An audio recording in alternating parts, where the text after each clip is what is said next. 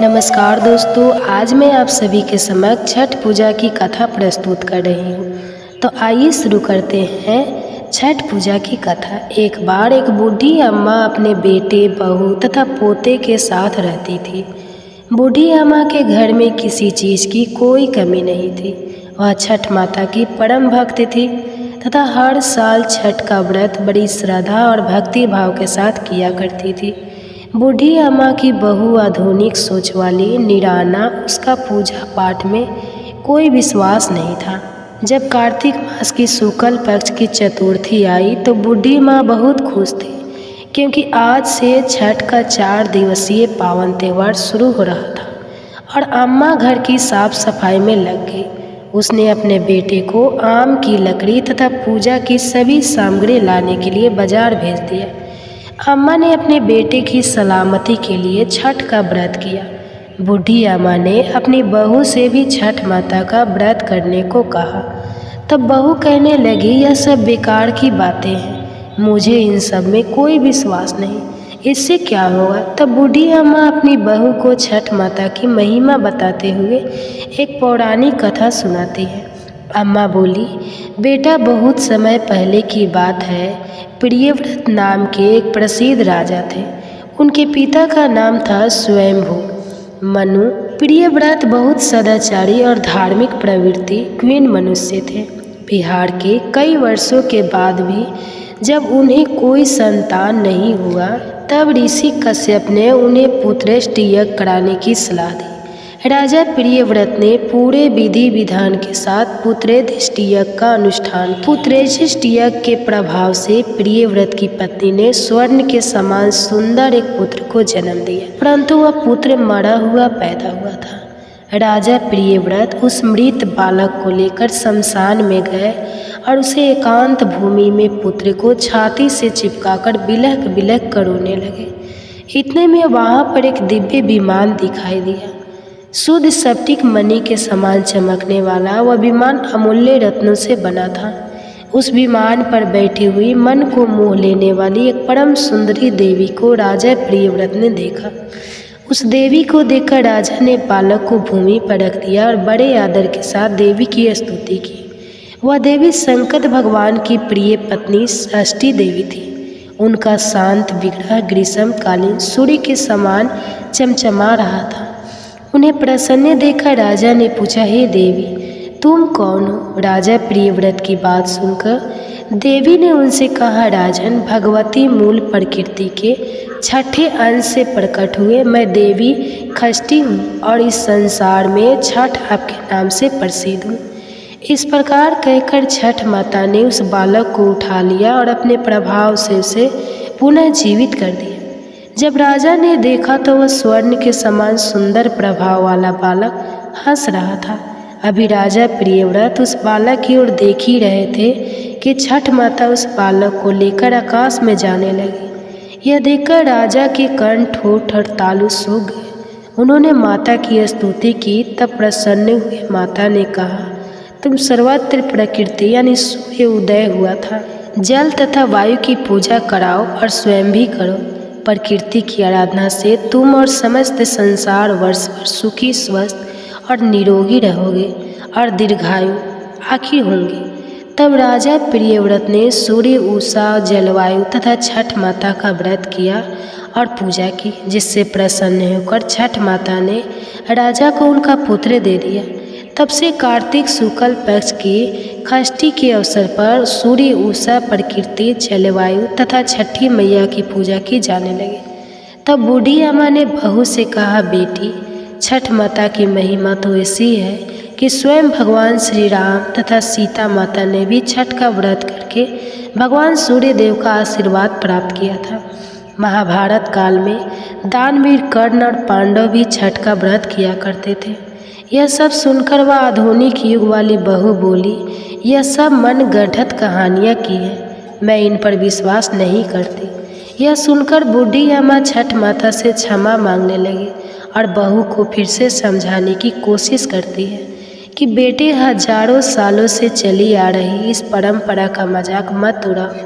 तथा तुम भी मेरे पोते की दीर्घायु के लिए छठ माता का पूजन करो। बूढ़ी अम्मा की बातों को सुना अनसुना करके बहू वहाँ से चली गई। बूढ़ी अम्मा ने बड़ी श्रद्धा के साथ नहाए खाए का दिन किया और उधर बहू ने पूरा दिन घर के बाहर मौज मस्ती में बिता दिया। अगले दिन छठ के पर्व का दूसरा दिन यानी कार्तिक मास की शुक्ल पक्ष की पंचमी आई, जिसे खारना या लोहंडा के नाम से जाना जाता है। संध्या काल में जब हम अपने बहू को खीर रोटी का प्रसाद दिया तो फिर से बहू ने कहा, माँ इतना कठिन निर्जला व्रत क्यों कर रही हो, अपने शरीर को कष्ट क्यों दे रही हो, इसका तुम्हें क्या फायदा होगा। यह सुनकर बूढ़ी अम्मा ने बहू को फिर से छठ माता की महिमा समझाने की कोशिश की, परंतु बहू ने उन सभी बातों को अनसुना कर दिया और अपने कमरे में जाकर सो गई। वैसे तो बूढ़ी माँ कई साल से अपनी बहू को छठ माता की महिमा बताने की कोशिश कर रही थी और हर साल उनकी बहू इसी प्रकार सुना अनसुना कर देती थी, परंतु इस बार न जाने क्यों अब माँ का दिल बहुत घबरा रहा था और वह बार बार छठ माता से प्रार्थना कर रही थी, माँ यह बच्ची नादान है, इसे एक सेट करना। यह आपकी महिमा को नहीं जानती माँ इसे क्षमा करना। अगले दिन कार्तिक मास की शक्ति छीन जब लोग पूजा की तैयारी में जुटे थे, परंतु बहू अपने कमरे में सो रही थी। वह बहुत देर से उठी और उठकर बहू ने पास पड़े हुए अपने बेटे को उठाना चाहा, तब बेटे ने जवाब नहीं दिया। यह देखकर बहू घबरा गई और भागी भागी अपने पति और सास के पास गई और उनसे यह सब बताया। बहुत ही बात सुनकर बूढ़ी अम्मा और उनका बेटा दौड़े दौड़े कमरे में आ गए और उन्होंने बच्चे को जगाने की कोशिश की, परंतु वह नहीं जागा। फिर वह तीनों बच्चे को लेकर अस्पताल गए। डॉक्टर ने बच्चे की जांच की और देखा कि बच्चे की सांसें रुक गई है। डॉक्टर यह देखकर हैरान हो गए कि इतना छोटा बालक जो बिल्कुल स्वस्थ था ऐसे कैसे मर सकता है, परंतु विधि का विधान और प्रकृति का नियम कहकर डॉक्टर ने अपने हाथ खड़े कर दिए। तब बच्चे के माँ बाप तथा दादी रोते बिलखते बच्चे को लेकर अस्पताल से बाहर आ गए। बूढ़ी अम्मा का दिल तो पहले से ही घबरा रहा था। पोते के साथ चले जाने पर अम्मा की जुबान पर केवल यही शब्द थे कि छठ माता क्षमा कर दे, मेरे पोते के शरीर में सांस भर दे। तुम तो पुत्र देने वाली हो, उनका पालन पोषण करने वाली हो, तुम समय से पहले उनके प्राण कैसे ले सकती हो। यदि हमसे कोई भूल हुई है तो हमें क्षमा कर दो माँ। इसी समय कहीं से एक अनजान औरत वहाँ आ गई और अम्मा की बहू से कहने लगी कि छठी मैया किसी के भी असमय प्राण नहीं लेते, तुमने अवश्य ही कोई ऐसी भूल की है जिससे माता बहुत नाराज हो गई है। छठ माता का पावन पर्व है, पूरी श्रद्धा से छठ माता को याद करो और विधि विधान से माता का व्रत करने का संकल्प करो, तुम्हारा पुत्र अवश्य ही जी उठेगा। शोक में डूबी हुई माँ के लिए यह शब्द उम्मीद की किरण लेकर आए और न जाने कहाँ से एकदम बहू के अंदर श्रद्धा का संचार भर गए। बहू ने आंखें बंद करके छठ माता को याद किया और विधि पूर्वक पीठ का व्रत करके संकल्प लिया। जैसे ही बहू अपनी आंखें खोली तो उसने देखा उसका बच्चा आंखें खोलकर हंस रहा है। यह करिश्मा देखकर सब परिवार वाले और डॉक्टर आश्चर्यचकित हो गए। बच्चे को जीवित देखकर जैसे ही बहू ने उस अनजान औरत को धन्यवाद करने के लिए सिर घुमाया तो देखा कि वहाँ कोई नहीं है। वह समझ गए कि वह साक्षात छठ माता ही थी जो उसे स्वयं इस व्रत की महिमा का ज्ञान कराने के लिए आई थी। उसके बाद वह ने बूढ़ी अम्मा के साथ मिलकर पूरी श्रद्धा से पूजा की तैयारी की और शाम को घाट पर जाकर सूर्य देव को अर्घ्य दिया और अगले दिन उगते हुए सूर्य को अर्घ्य दिया। तो हे छठ माता, जैसे अपने अनजान औरत के रूप में आकर बूढ़ी अम्मा के पोते की रक्षा की, उसी प्रकार हम सबके परिवार की भी रक्षा करना, हम सब पर अपना आशीर्वाद बनाए रखना। जय छठ मैया। ओ छठ माई के बरतवा सखिया जी बड़ा महान, सूरज देव के अर्घिया अर्पित करी हम संग में, सेवा करी हम पूरी निष्ठा के, सुख समृद्धि से भरेंगी माई सारा जहान। नदी किनारे खड़ा पहले हम, सूरज उगे से पहले हम, अर्घ्य देवता के चढ़ाई हम, छठ माई से मांगी हम वरदान।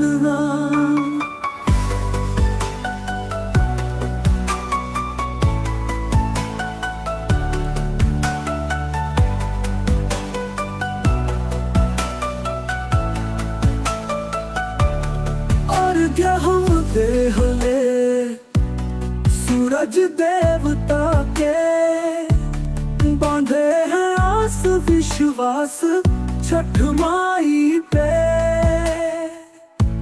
सुख शांति समृद्धि के बरसे प्रयास,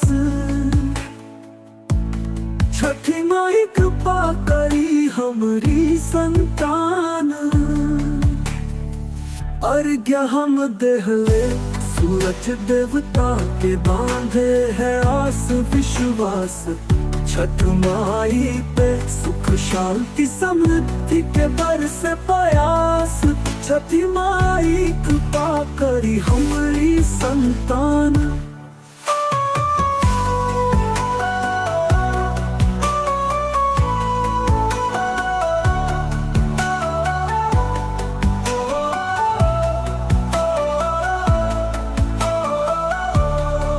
सूरज भगवान की जय हो, छठी माई की जय हो।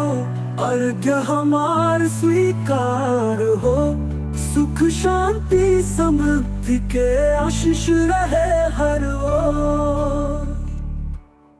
उगना सूरज देव अर्घ हम देवो ना, छठी मैया के महिमा बड़ी भारी हो, अर्घ हम देवो ना।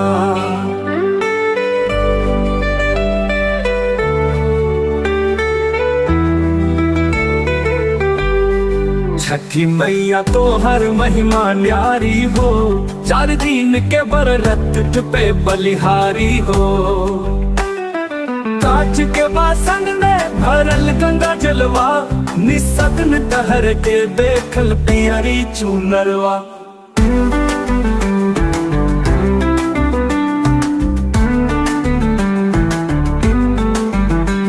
सूरज के किरणवा दौड़ल अइले हो, संसार में चारों ओर उजियाले हो। ओ सूर्य देवता हमरो कष्ट हरो ना, सुख संपत्ति के हमरे द्वार भर दो ना। तोहरे बिना जिंदगी अधूरा लागे हो, स्नेह के रोशनी से सब भरती हो ना।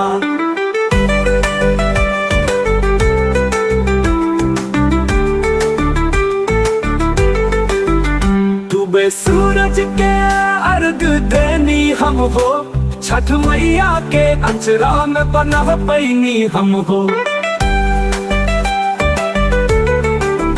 सौगा ठेकुआ कच्चा दूध भरले बाटी, छठी मैया से हम मांगत निछावर जिंदगी। संधा बिहाने जे अर्घ दे हली हो, मैया के चरणवा में सुख पैली हो।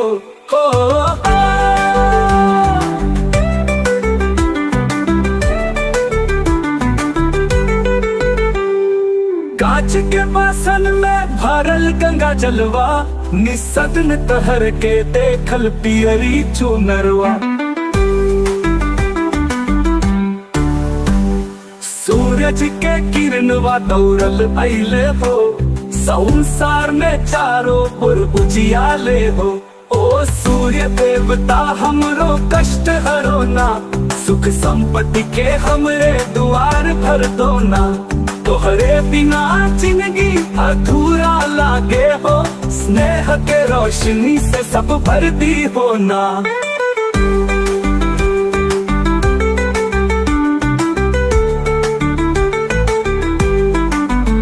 ओ सूर्य देवता हमरो कष्ट हरो ना, सुख संपत्ति के हमरे द्वार भर दो ना। तोहरे बिना जिंदगी अधूरा लागे हो, स्नेह के रोशनी से सब भरती हो ना। में सूरज के अर्घ देनी हम हो। छठ मैया के अचरा में पनाह पैनी हम हो। सौगठे कुआ कच्चा दूध भर ले बाटी, छठी मैया से हम मांगत निछावर जिंदगी। संध्या बिहाने जे अर्घ दे हली हो, मैया के चरणवा में सुख परदी हो ना। सूरजवा के उगते ही अर्घ दी ही हो, भाई बहिन सब मिलके पूजा करबो हो। नदी किनारे सगरी परिवार जुटल हो, छठ मैया के आरती में सब रमा गईल हो।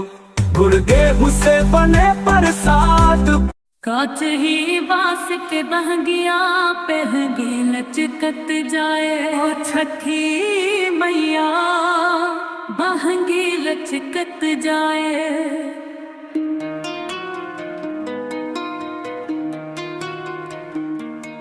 कटोरिया में पानी लोटवा में अंगूर, ओ छठी मैया दौरा सजल है भरपूर। बहंगी लचकत जाए, बहंगी लचकत जाए।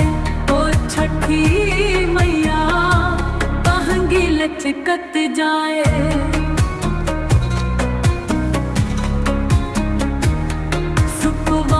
सजल अर्घ थौरा में फल फूल, ओ छठी मैया किरनिया बहे सुतूल।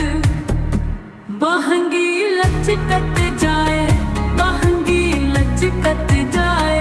ओ छठी मैया बहंगी लचकत जाए।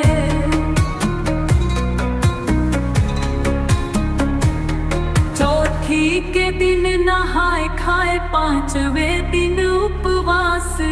छठी के दिन जल में अर, सातवें दिन परब के खासो। छठी मैया बहंगी लचकत जाए।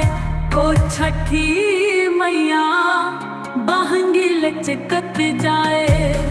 उग हो सूरज देव भइल अर्घ के बेर, ओ छठी मैया दियावा बाती उठाई केर। बहंगी लचकत जाए, बहंगी लचकत जाए। ओ छठी मैया बहंगी लचकत जाए। उग हो सूरज देव भइल अर्घ के बेर, अर्घ के बेर है सूरज देवता।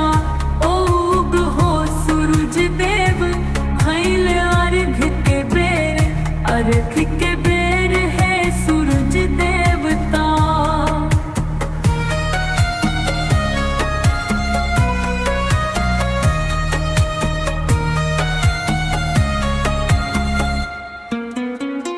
जल में खड़ा भइल चढ़ल सूरज देव, अर्घ लेत बानी है सूरज देवता। छठी मैया तोहरे आंगनवा हमरा जन्मवा संवारेदा। तोहरे दुआर पे धूप छावा हमरा जियलवा संवारेदा। ओ छठी मैया जन्म जन्म के पाप कट जाई, तोहरे दुआरवा पे अर्घ चढ़ाई। छठी मैया के आशीष से हमरा कष्ट सब कटाई। छठी मैया तोहरे आंगनवा हमरा जन्मवा संवारेदा। तोहरे दुआर पे धूप छावा हमरा जियलवा संवारेदा। केलवा के पात पर उग हो सूरज देव, केलवा के पात पर उग हो सूरज देव। अर्घ के बेरवा मोर मनवा जुड़ावे छठी मैया, घरी घरी मोर मनवा उचाट हो। छठी मैया हमरे कष्ट कटावे। उग हो सूरज देव सगरी जग जननी मैया करी अर्घ्य हम तुहारी। तोहरे कृपा से हो सगरो संसार चलता, तोहरे रोशनी से हमार जिंदगी में उजाला भरता।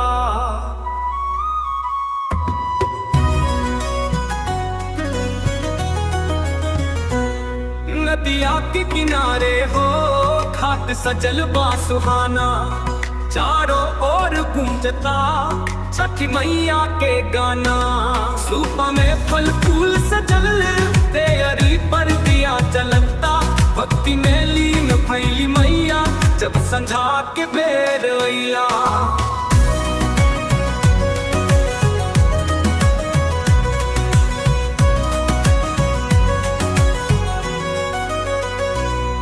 ही पास के बगिया कहूँगी लचकत जाए, नदिया के जल में अर्घ्य चढ़ावे जाए। पेट में बच्चा नावा हो आस पुरावे मैया, हर दुख दर्द के छाव हटा सुखमय जिंदगी बनावे।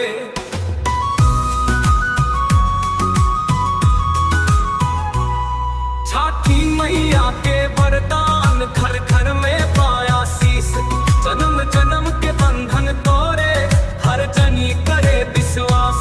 सांझ के अर्घ्य जब चढ़े सवेरे के उगते सूरजवा, मन के हर मुराद पूरा करा हे मैया तू राज करवा।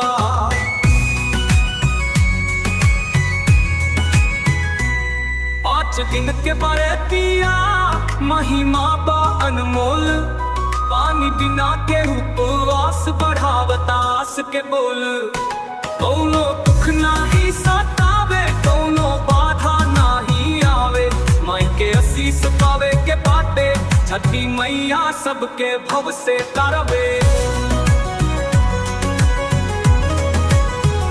चारों ओर जब सजे घाट दीप जलावे लोग, फूल माला से सजे थाल सबके चेहरा पर हो खुशी के योग। सुपवा में नारियल सजल केला सिंगारा गन्ना, छठी मैया के सेवा में लोगन के मनवा लागल बा धन्ना।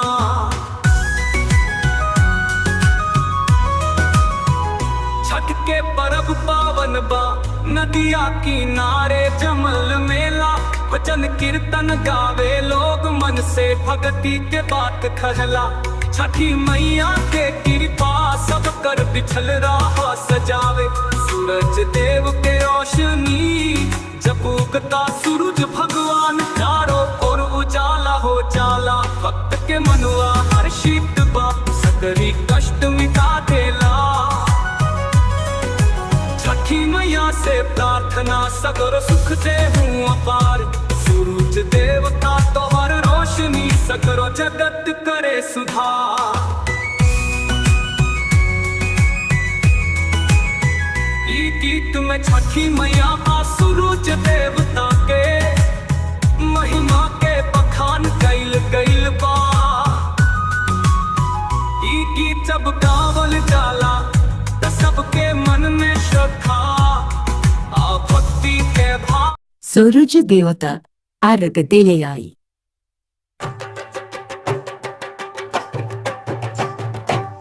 सूरज देवता के अर्घ देले आई, छठी मैया के गगन लगवले आई। साँझे के अर्घ आहुरे दिया बारी के, सूरज देवता के अर्घ देले आई।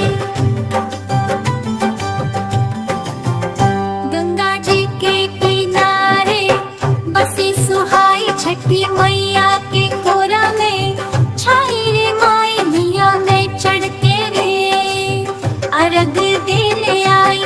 सूरज देवता के अर्घ देले आई।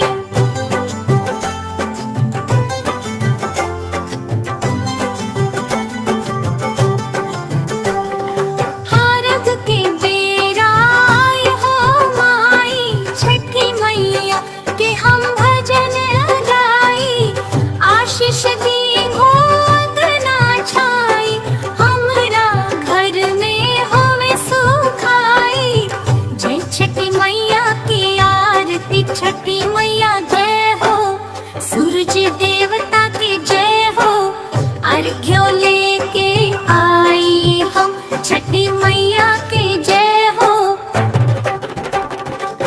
सुख समृद्धि सबके अंगना में, रखल हो कृपा अंधरवा में, छठी मैया की आरती गाई, मनवा में खुशी छाई हो।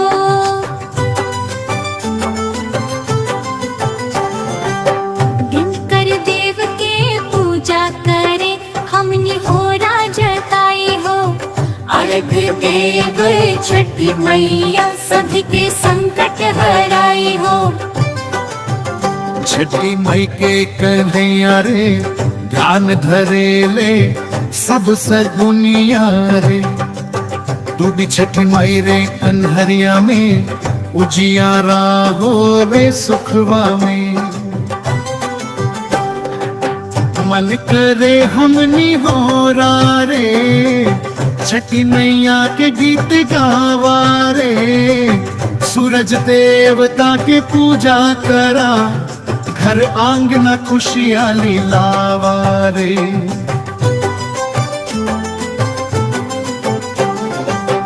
अर्घ दी छठी मैया के, सुख समृद्धि लेके आई रे। धरती अंबर झुके हो, मैं सबके संकट दूर भगाई रे। ध्यान छठी मैया के लागल, सूरज देवता के पूजा भइले। अर्घ दे के हम पावन भइल, छठी मैया के ध्यान हम लागल। ऊपर से बरसे किरण वारे, धरा पे हरियाली छावन वारे। सूरज देवता के किरण जगावे, छठी मैया के आशीर्वाद पावे रे। सांझ के अर्घ चढ़ाइले हम, सूरज देवता के गोद चढ़ाइले हम। सपने में छठी मई आईली रे, सुख शांति के बरखा करेले रे। सांझ के अर्घ चढ़ाइले हम, सूरज देवता के गोद चढ़ा। सूरज देवता की अर्घ देने आई, छठी मैया के ध्यान लगावने आई। सांझे के अर्घ और दिया बारी, सूरज देवता की अर्घ देने आई।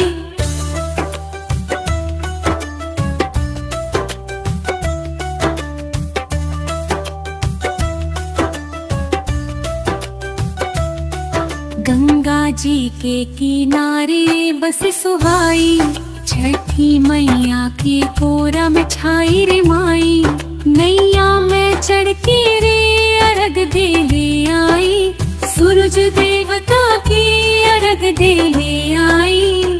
अर्घ के बेरा आई हो माई, छठी मैया के हम भजन गाई।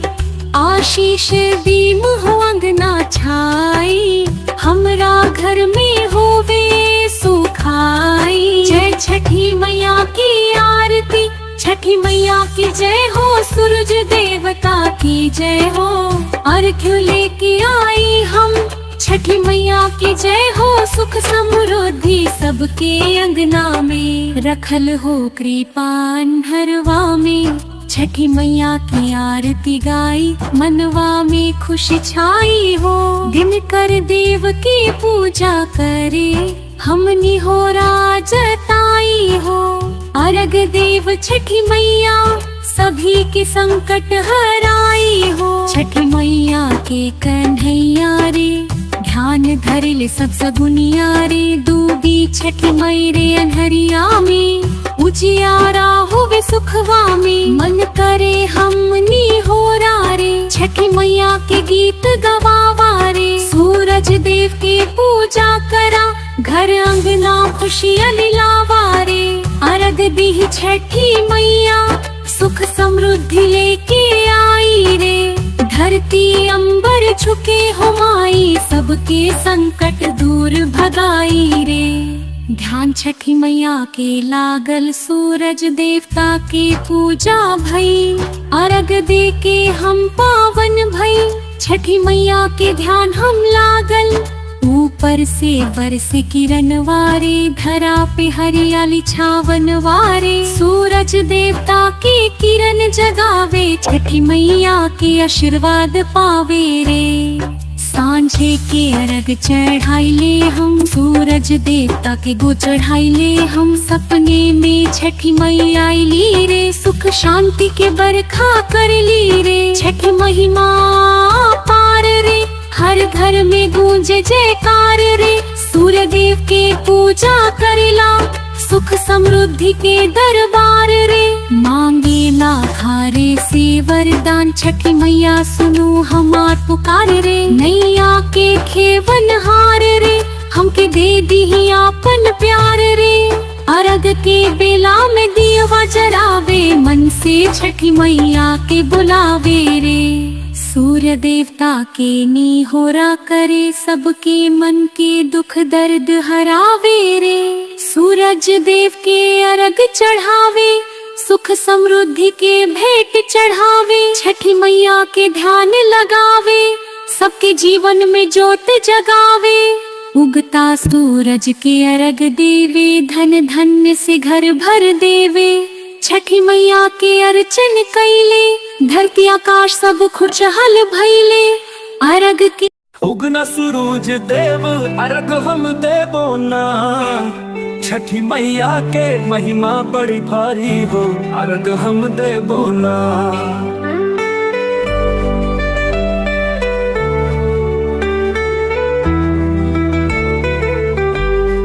छठी मैया तो हर महिमा न्यारी हो, 4 दिन के व्रत पे बलिहारी हो।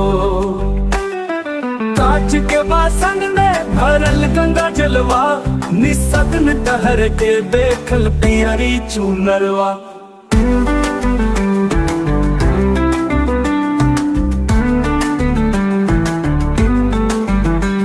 सूरज के किरणवा दौड़ल अइले हो, संसार में चारों ओर उजियाले हो।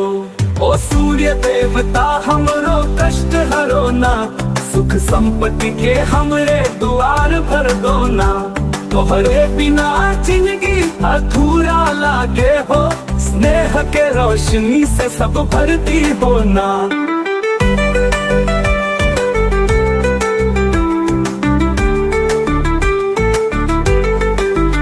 डूबे सूरज के अर्घ देनी हम हो, छठ मैया के अंचरा में बना पैनी हम हो। सौगा ठेकुआ कच्चा दूध भरले बाटी, छठी मैया से हम मांगत निछावर जिंदगी। संधा बिहाने जे अर्घ दे हली हो, मैया के चरणवा में सुख पैली हो।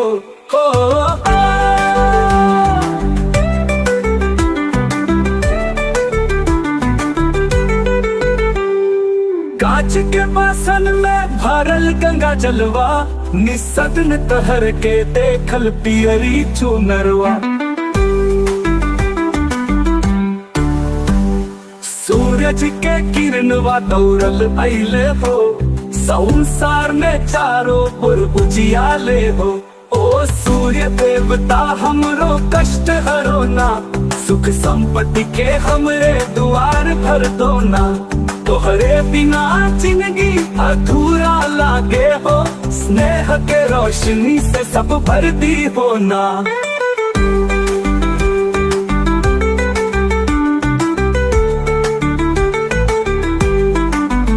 ओ सूर्य देवता हमरो कष्ट हरो ना, सुख संपत्ति के हमरे द्वार भर दो ना।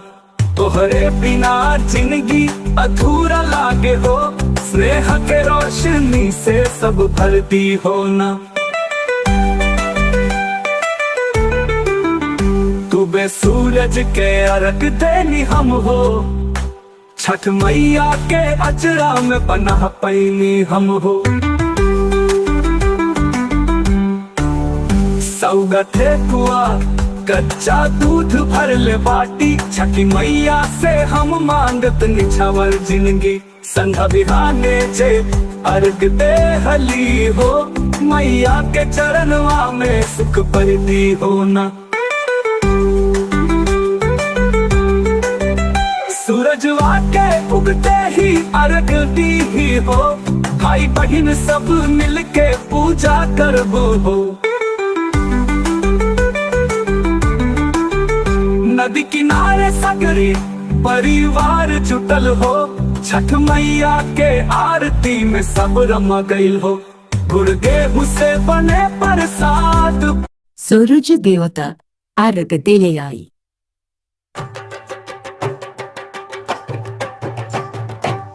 सूरज देवता के अर्घ देने आई, छठी मैया के घनघन गगवले आई। साँझे के आरत आहोरे दिया बारी के, सूरज देवता के अर्घ देने आई।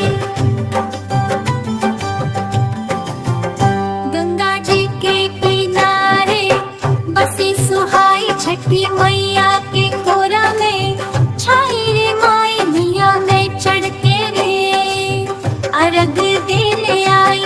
सूरज देवता के अर्घ देने आई।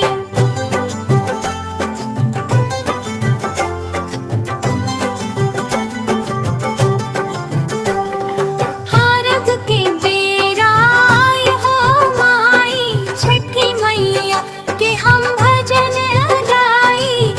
आशीष दी हो अंगना छाई, हमरा घर में होवे सुखाई।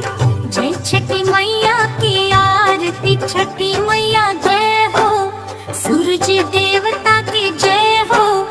अर्घ्यों लेके आई हम, छठी मैया की जय हो।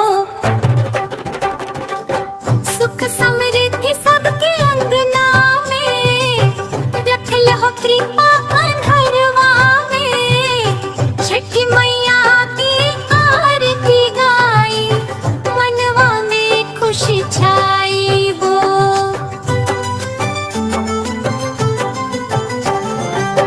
दिनकर देव के पूजा करे हमने हो राजताई हो।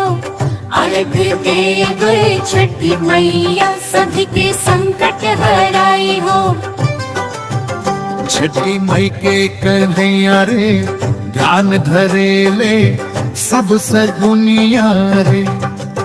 तू भी छठी मई रे कन्हरिया में, उजियारा हो रे सुखवा में। मन करे हमनी हो रे, छठी मैया के गीत गावा रे।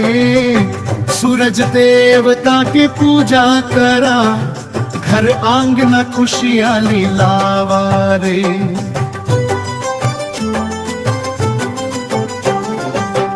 अर्घ दी छठी मैया के, सुख समृद्धि लेके आई रे। धरती अंबर झुके हो, मैं सबके संकट दूर भगाई रे। ध्यान छठी मैया के लागल, सूरज देवता के पूजा भइले। अर्घ दे के हम पावन भइल, छठी मैया के ध्यान हम लागल। ऊपर से बरसे किरण वारे, धरा पे हरियाली छावन वारे। सूरज देवता के किरण जगावे, छठी मैया के आशीर्वाद पावे रे। सांझ के अर्घ चढ़ाइले हम, सूरज देवता के गोद चढ़ाइले हम। सपने में छठी मई आईली रे, सुख शांति के बरखा करेले रे। सांझ के अर्घ चढ़ाइले हम, सूरज देवता के गोद चढ़ा। जय छठी मैया, जय छठी मैया। पवन हो चली उठे गंगा मैया, सूरज मोरी है जय छठी मैया, जय छठी मैया। सूरज देव के अर्घ चढ़ावले, घाट पे सज गई सुंदर रेखा, हाथ में नारियल अर्घ सजावले, जल में दीपक अर्पण कैले। सूरज देव के अर्घ चढ़ावले,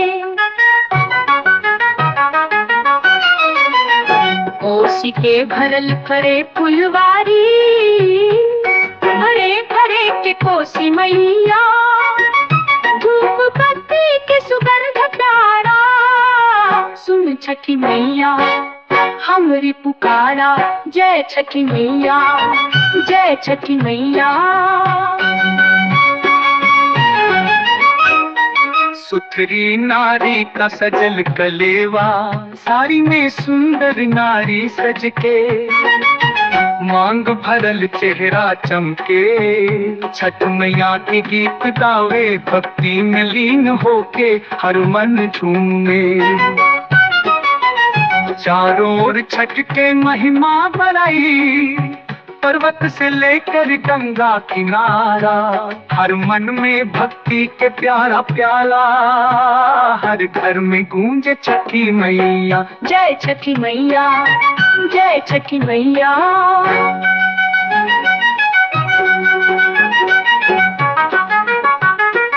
उगते सूरज के नमन हो, जब सूरज निकले आसमान में, जल उठेगी हर घाट किनारे, उगते सूरज के नमन हो, मांगे सब जन कल्याण हो।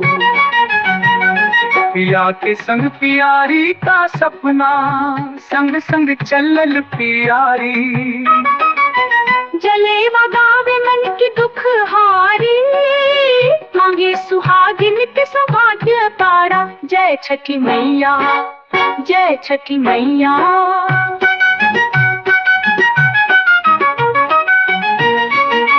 धरती आकाश से आशीष मिलेवा, आकाश से बूंद बूंद हरित होवे, धरती महके हर फसल हो धाने, ओ छठ मैया वो प्रसाद भेजवले। जय छठी मैया, जय छठी मैया।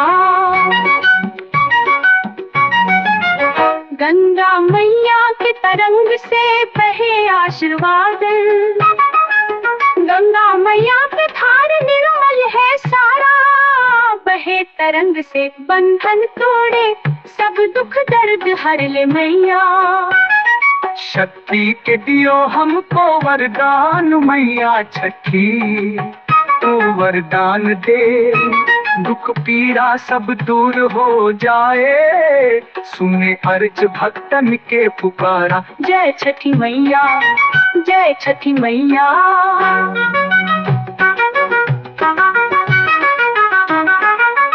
उगते सूरज के नमन हो, जब सूरज निकले आसमान में, जल उठेगी हर घाट किनारे, उगते सूरज के नमन हो। छठी मैया के स्वागत में सज के सवर के हम तोर दर पर आई, छठी मैया तू ही परवास लगाई, अर्घ के थाली में हम पूजा करे, सुन ला मैया हमार दिल के बात कहे। जय छठी मैया, जय सूर्य देवता, अच्छी पूरा होई सबके मन के बात।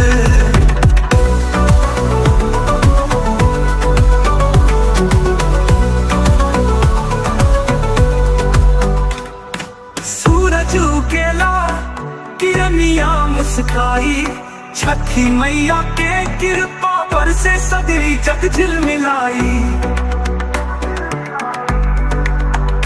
गंगा जमुना के जलवा में सुहानी छवि, बांस के सुख में फल फूल सजे हर खुशी। जय छठी मैया, जय सूर्य देवता,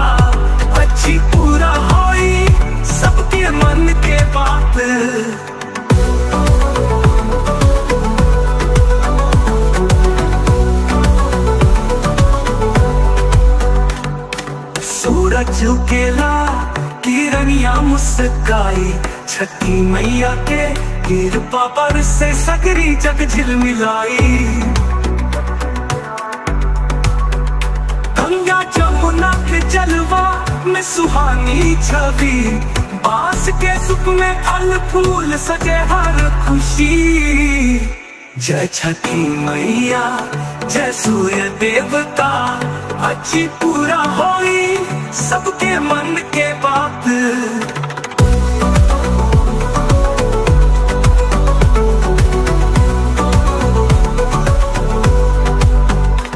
संध्या के समय जब घाट पर हम आवे, सच्चे दिल से मैया के अर्घ चढ़ावे, कर जोड़ी विनती करी हम सारी। हमर दुख दर्द दूर कर तू भाई।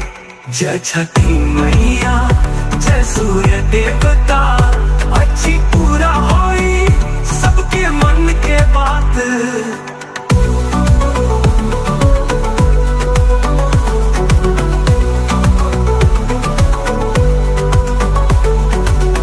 ही पास के बहंगिया सजाई, नदी के किनारे पर आरती गाई। हर दिल में प्रेम श्रद्धा और आस्था, छठी मैया तू ही तो हमारा सच्चा रास्ता। जय छठी मैया जय सूर्य देवता, अच्छी पूरा होई सबके मन के बात।